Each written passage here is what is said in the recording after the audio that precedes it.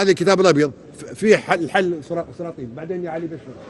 Unos países poseen, en fin, abundantes recursos.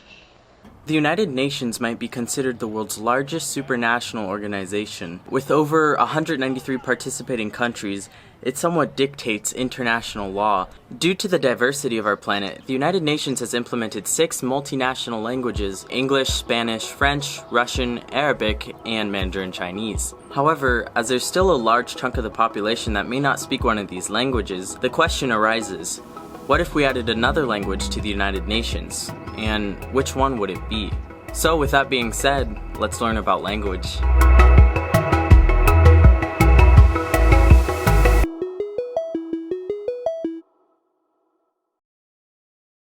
Because there are over 7,000 languages spoken on our planet, we really have to lay out some basic criteria in order to filter out ones that may not be rational candidates. 2 important aspects for languages to qualify for this might be that it has to be multinational, at least spoken in 3 of the world's countries. So that would eliminate many languages like Vietnamese, Bengali, Japanese, Korean, even though they have a high population of speakers. But on top of that, we would also want to mention that it should be understood by a large population. So in that, languages like Czech and Slovak, Hebrew, and Italian would have to be eliminated as well. But with that being said, we can start to look at some candidates, starting with Serbo-Croatian.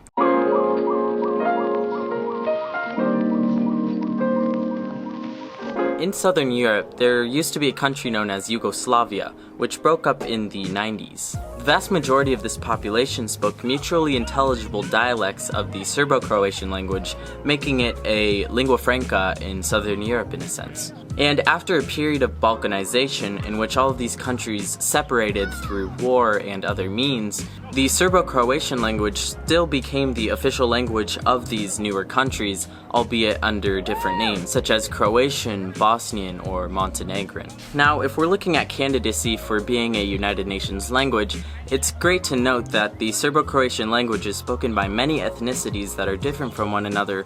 However, the major drawback of this language is that turmoil has essentially torn the region apart, and in a diplomatic environment such as the United Nations, that's probably not what they're looking for.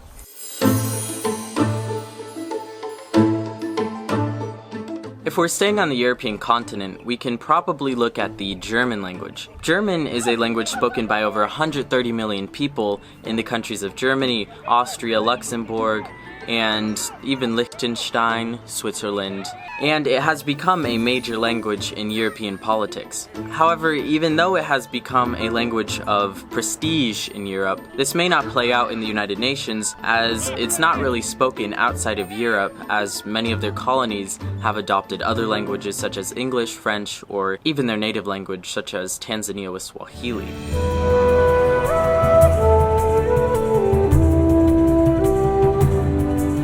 Staying on that topic of Swahili, that could prove to be a great candidate for the United Nations because it's spoken by many countries and by a large population. It's official in countries like Kenya, Tanzania, and even Uganda. And even though these Swahili nations have plans to unite into one large country known as the East African Federation, the Swahili language may not be used in international affairs due to a prominence of English and French in the region. Staying with the concept of a high population of speakers, we can look at the Malay Indonesian language in Southeast Asia.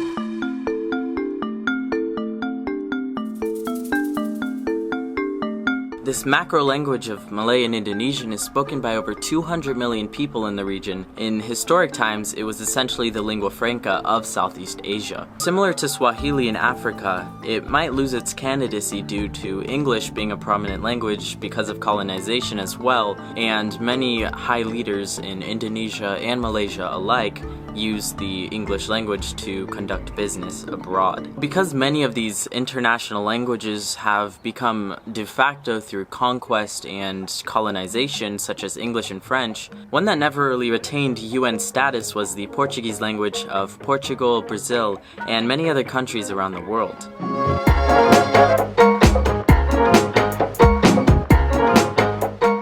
The The Portuguese language is one of the most spoken languages on our planet with over 250 million people. But oftentimes in international affairs, these politicians may choose English or even Spanish, which is very closely related to Portuguese, to facilitate business.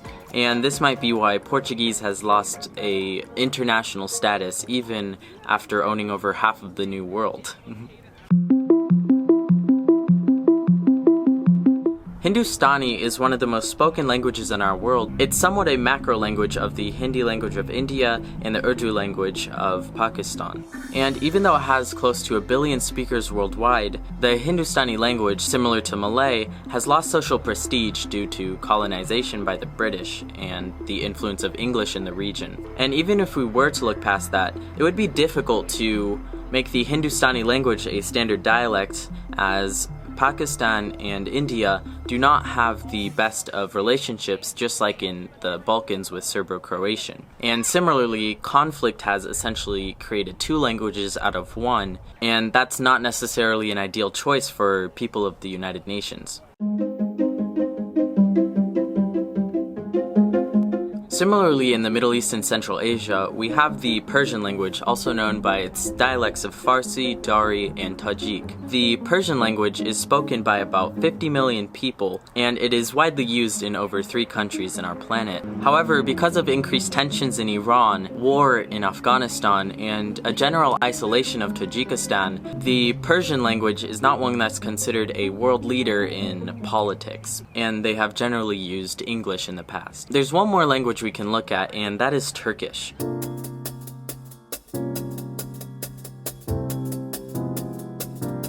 Turkish is spoken in Turkey, of course, but it also has very similar dialects in Azerbaijan and even in the Black Sea region. It's spoken by about 100 million people, which is a large population. However, similar to German, this language is not necessarily spoken outside of its ethnicity, and it's not used for trade or other things that are considered international.